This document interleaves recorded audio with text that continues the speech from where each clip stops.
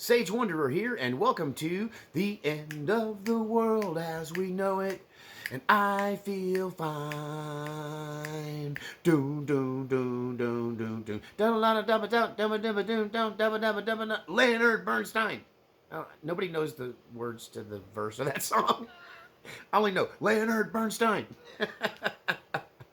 So today we're going to talk about Putin, World War III, his secret weapons, and the Titor timeline. For that we'll need coffee. Don't.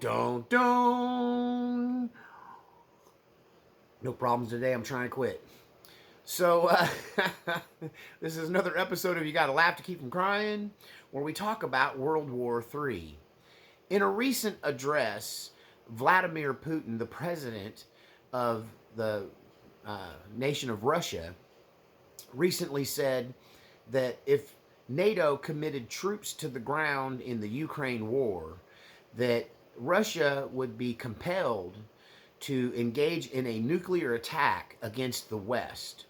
The implication here being not just against the United States' interest in Europe, but also an attack against the United States homeland. Don't. Meanwhile, in other news, we edge closer and closer to a division in our own country that could lead us to a civil war. There's another don't. We're going to talk about how all of this starts to look a lot like the Titor timeline. Don't. So we're going to cover that and more. These statements coming from Putin are working in conjunction with statements made by his right-hand man, other high leaders and generals in the Russian army, who suggest that Russia has had about enough and they're tired of NATO and they're ready to use nuclear weapons. Now, I know a thing or two about nuclear war, but I have to admit that a lot of my information comes from the Cold War days. You know, it's hard for me to fathom that here we sit in 2024, and I don't believe we've ever been closer to a nuclear exchange since possibly the Cuban Missile Crisis. But you know, the Cuban Missile Crisis didn't turn into a nuclear event because neither side wanted it. Weapons of the nuclear variety have gone under a great deal of change just in my lifetime. They went from trying to make bigger and bigger bombs till that got so ridiculous that one bomb could unleash the kind of destruction that could destroy the planet. And then they changed their focus to tactical nuclear weapons, smaller weapons, low yield weapons, weapons that could cause maximum destruction with a minimum of fallout. The problem with this advancement in technology is that it makes a nuclear exchange much more likely. The threat of mutual destruction is what kept us from killing each other off during the Cold War. That we understood that if they nuked us, we'd nuke them back. If we nuked them, they'd nuke us back. Nobody wins, everybody loses, so nobody actually did it. Even though we had the ability to destroy each other many times over, the threat of mutual destruction prevented us from engaging in that activity. However, Putin seems to be throwing this around lately. He seems to be making this threat on a more regular basis, him and everyone around him. And it could be that there is some kind of new plan or doctrine for a first strike capability coming out of Russia that makes them feel confident that if they were to engage in an escalation with NATO and the United States in particular, that they would somehow be victorious. Now, I bounced this off my brother-in-law, who is a retired submarine corps United States Navy veteran, spent most of his career under the water. And he worked in a nuclear submarine armed with nuclear missiles. And I must admit, until I got to know him, I did not really realize how dangerous a single nuclear submarine is, and how we have many that are constantly engaged in secret, silent underwater navigation that cannot be tracked or traced. And this is ultimately the thing that has prevented other countries from doing something to the United States, because you might be able to take out our missile silos, you might be able to reduce our nation to rubble, but you'll never locate those underwater submarines. You'll never be able to stop them from surfacing, sending out their missiles. And the thing is that I didn't think they were that capable till I got to know my brother-in-law. It's amazing how many of these nuclear submarines, how many missiles that they have on board, and how many warheads each missile has. And even when he was telling me, there was a voice in my head going, is he supposed to be telling me this? But actually, it's common knowledge. Just one nuclear submarine has the capability of completely destroying the Russian Federation. And that has always been a great deterrent to prevent any kind of preemptive strike against the United States, that we are capable of a secret retaliatory strike that is impossible to defeat. But yet, nowadays, Putin is talking more and more braggadociously, right? He's more and more arrogant that he could use nuclear weapons and there would be victory somehow. And I've done videos on this channel about how nobody wins a nuclear war. So is he crazy? Or does he know something we don't know? Don't. I will say this, that it's coming to public knowledge that the Russians have been working on technologies and directions with their defenses that we haven't really thought about.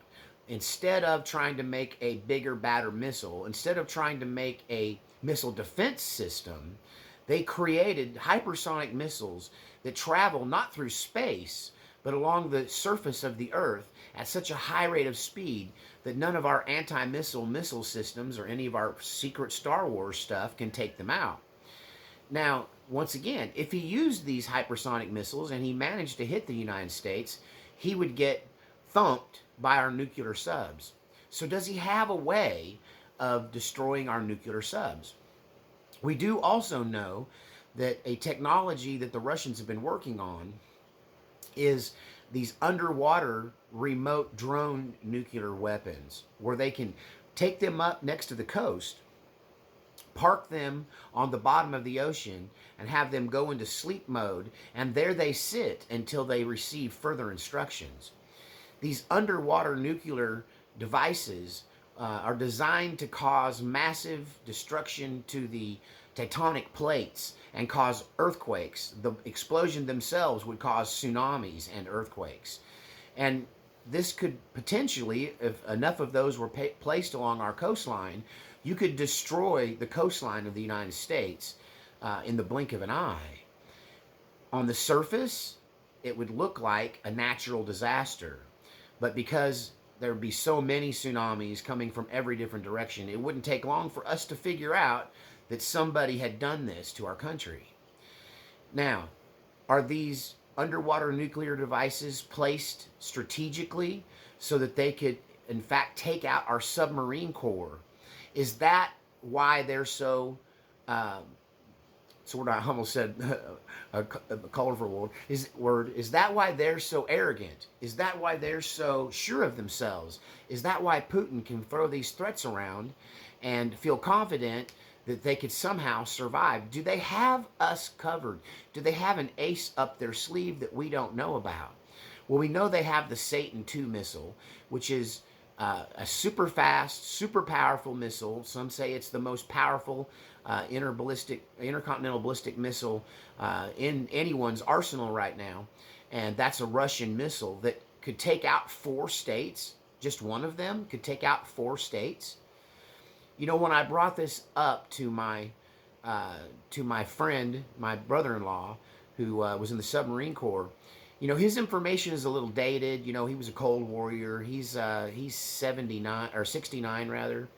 So, but he is so utterly confident that nobody's going to use these nukes because we're going to destroy the Earth if we do. That if they nuke us, we nuke them, and nobody lives.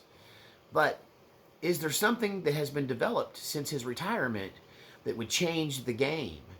So a combination of these super powerful missiles, these super fast, low flying missiles, these underwater uh, uh, remote control drone devices that are nuclear.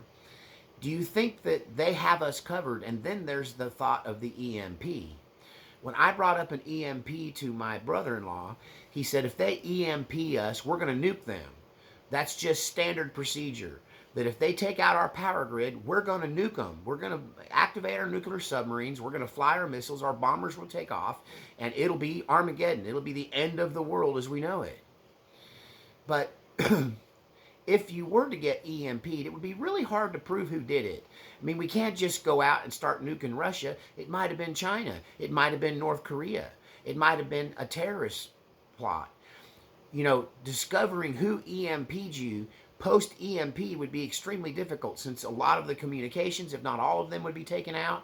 Your computer resources, your access to the internet, your access to electronic surveillance, all of this would be affected in such a way that it may take months, years, or never to figure out who did it. So would we just exchange nuclear weapons with Russia because our lights went out?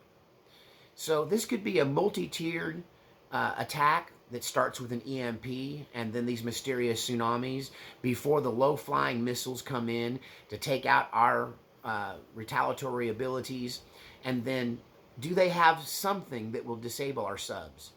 I can't see Putin being so arrogant to think that he could use nuclear weapons without getting nuked if he had figured out a way to deal with our nuclear submarine arsenal. When we start to look at where we're at in this world right now, you know, World War III looming closer than ever before. We are on the verge of a civil war in this country. You know, they tried to take Donald Trump out with all of this lawfare, with all of these cases at once. If you think this is random, if you think this is not a coordinated attack against Donald Trump, I got some oceanfront property in Arizona you might be interested in. I've got a bridge in San Francisco I'd like to sell you. It's a one-owner bridge. You could put a restaurant on it. It's a great opportunity. Like, if you believe that these multiple cases are unrelated and not politically motivated, I'm sorry, you're an ignorant person. You know, Knockham's razor says that this is what's going on, that this is obvious, that they are trying to prevent Donald Trump from becoming president again. But all of this has failed.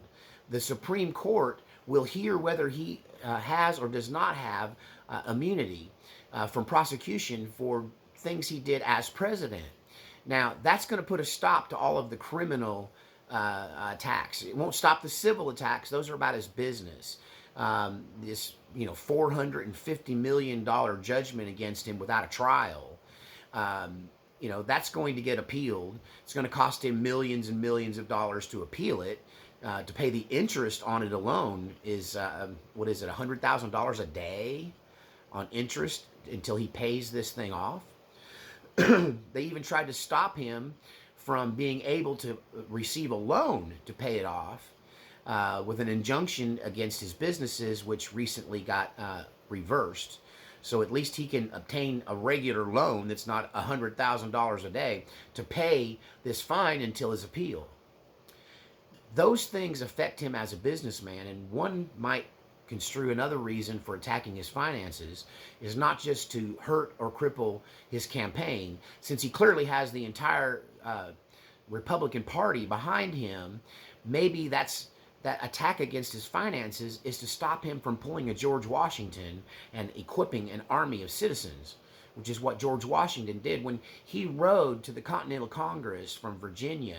He brought with him an equipped, uniformed, and armed body of men along with him. I can't remember the number, but it was a sizable army that he brought to the party. That's why they made him general. He was ahead of everyone else. You know, this also brings me to the statements that are made by our Secretary of State, Austin, that NATO troops are inevitably going to go to war with Russia.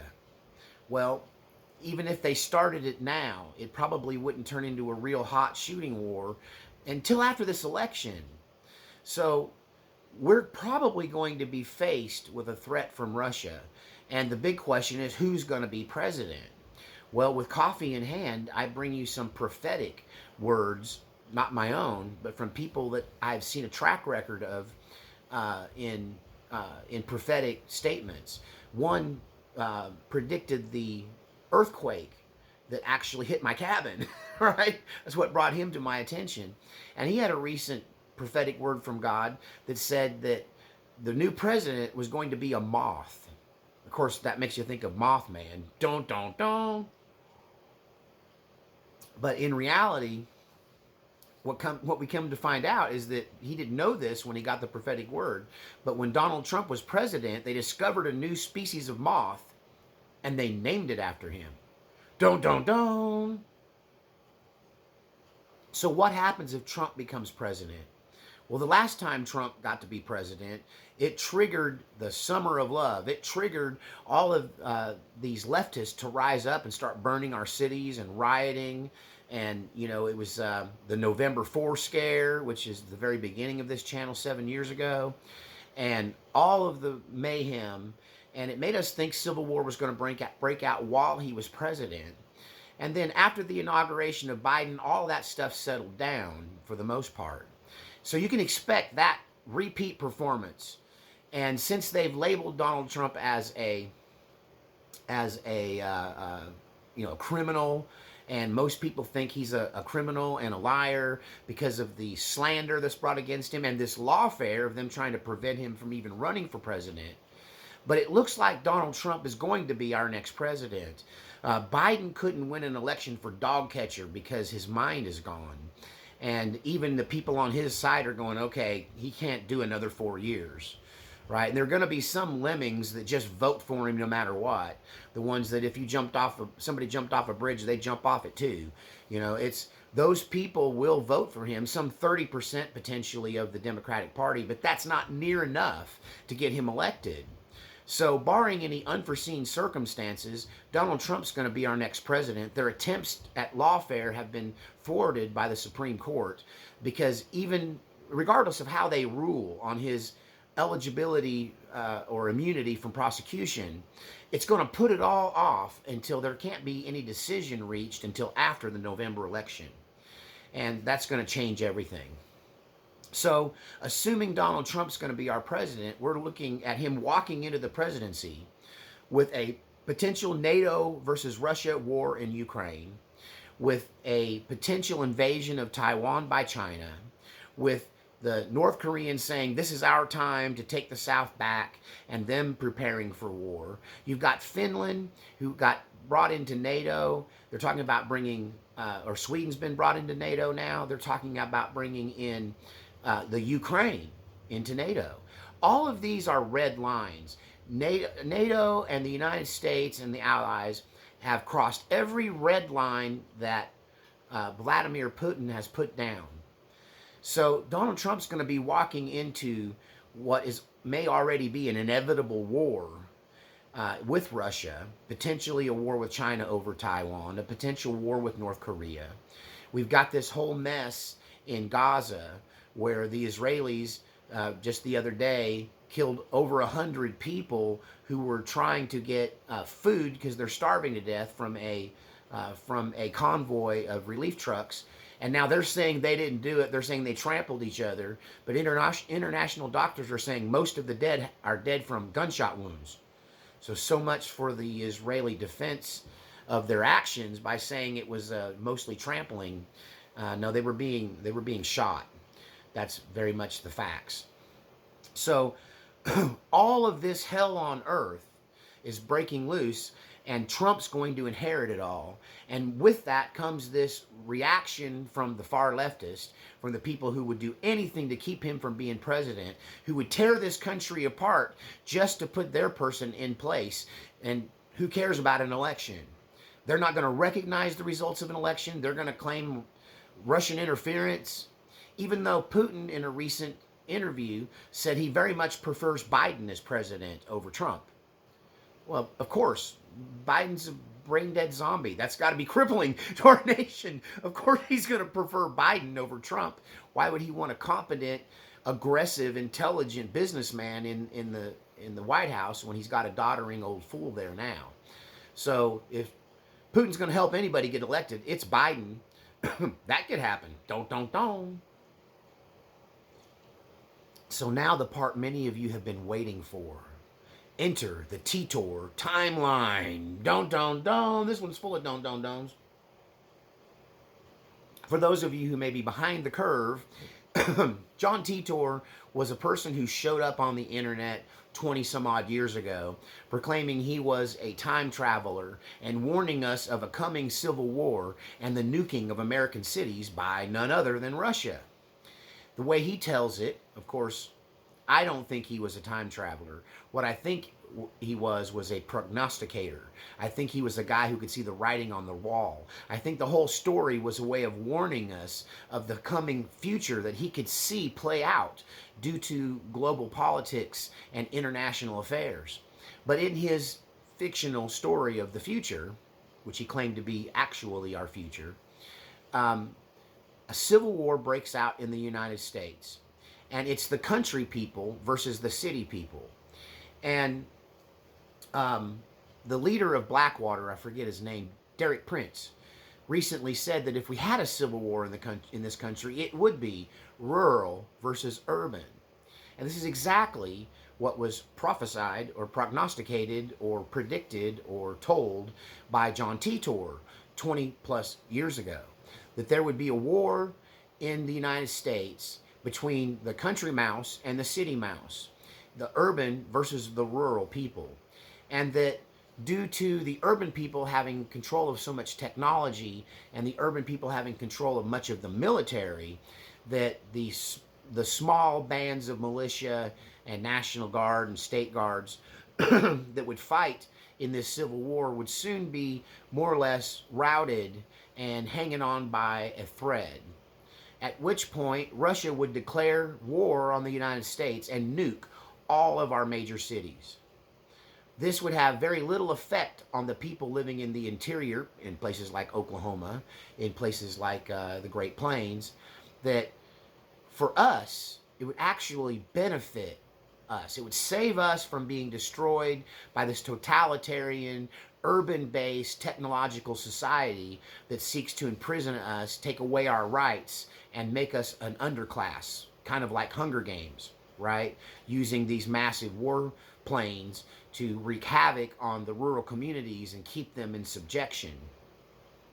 And that what prevents us from going down that road, according to the Titor timeline, is Russia nuking the cities. They decided that, us patriots, us freedom-loving Americans, we weren't the problem. The problem was these urban, insane, detached from reality elitists who were trying to take our country and turn it into something that the founding fathers never intended it to be. And that was also a problem for Russia. So essentially in the Titor timeline, Russia destroys the coastlines of the United States while leaving the rest of it untouched. Now, one of the things that's going on in the Gaza Strip is that there is this starvation, and many are predicting that the next blow to the Gazans is an outbreak of cholera. Cholera happens when you drink unpurified water, when you do not have good sanitation, right? And your waste gets into your water supplies and then you drink it. The result is cholera. Cholera epidemics kill millions when they break out. And it's devastating to a society, especially one that is struggling with poverty and or war.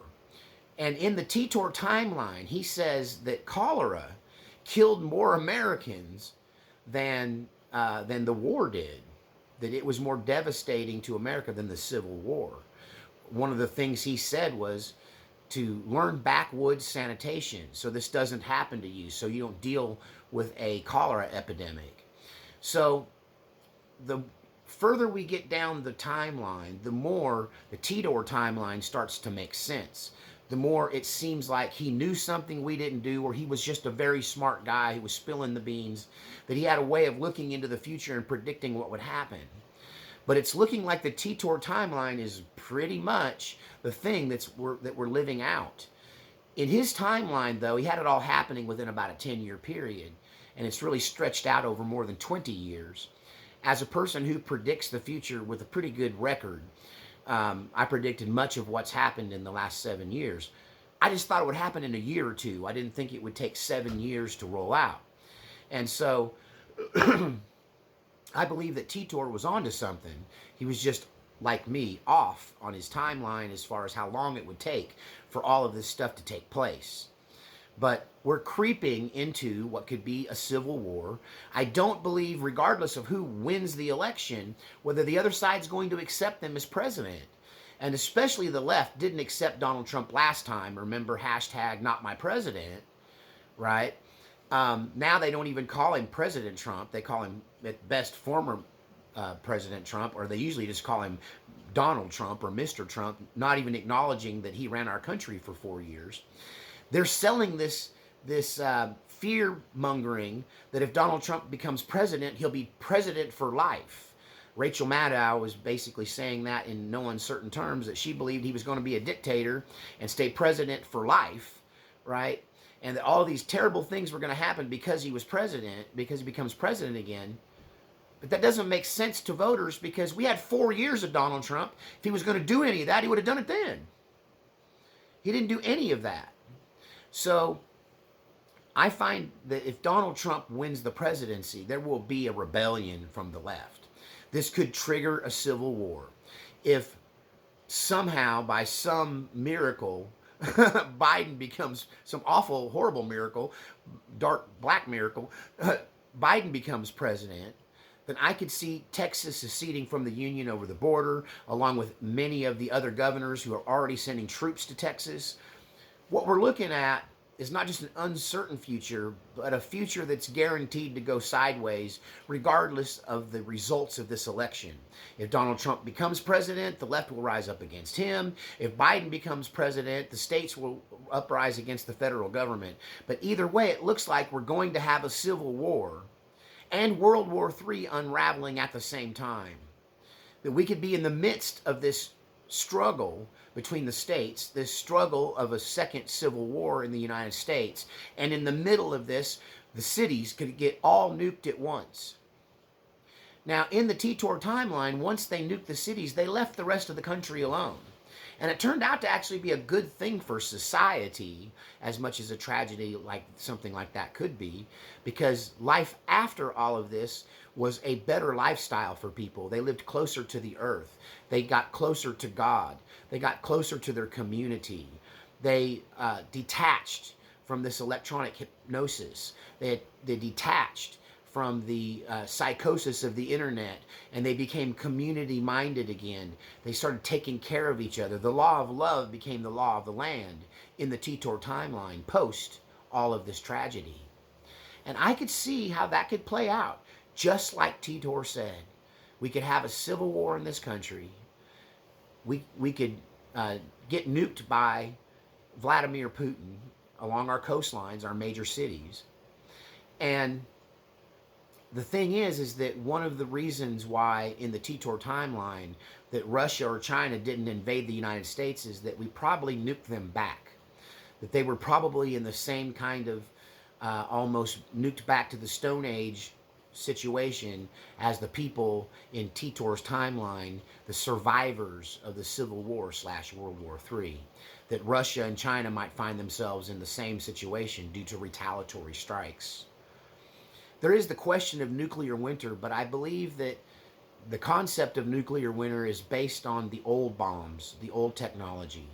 Now with airburst, low yield nuclear weapons, the chances of a full-blown nuclear winter that could destroy every living thing is probably avoidable. And it's much more likely that we would use smaller nuclear weapons with more targeted strikes and have less overall destruction to the planet in general and the environment. I will say this is a time to pray. This is a time to make sure you have the skills. Because, you know, Titor in his warning didn't tell us to stockpile food. He didn't tell us to stockpile ammunition. He didn't tell us to dig bunkers. He told us to educate ourselves, learn, to own a gun, learn how to clean and maintain it, to learn about backwoods sanitation, to learn about first aid and self-care. So I compel you now to educate yourself. Learn something new about living life off grid. Learn something new about living life without the modern conveniences. Learn how to purify water. Learn how to deal with your waste. Have a plan in place. This is what the time traveler warned us to do. I don't know. What do you think? If nukes start flying, is the world over as we know it? Is it the end of the world as we know it? Will every living creature die in a nuclear winter? What do you think? Does Putin have some secret weapons we don't know about that will neutralize our nuclear submarines? Was Titor a crackpot, a time traveler, a prophet, or just a smart dude who could see the writing on the wall? Don't forget to support this channel. It's supported by viewers like you. This allows me to sit around and pontificate and hypothesize on all of this insanity to give you some direction on what might happen in the future. And I need your support to continue doing that, because if I'm working full-time running DoorDash, I don't have time to think about anything about that except that McDonald's order in the front seat of my car. So make a donation through PayPal, buy me a cup of coffee through Cash App, join Patreon, or send me something cool to my P.O. box. It's all linked in the description. And we'll see you next time on Coffee Talk. Oh, wait a minute. It's the end of the world as we know it. Wait, it's kind of both. We'll see you next time.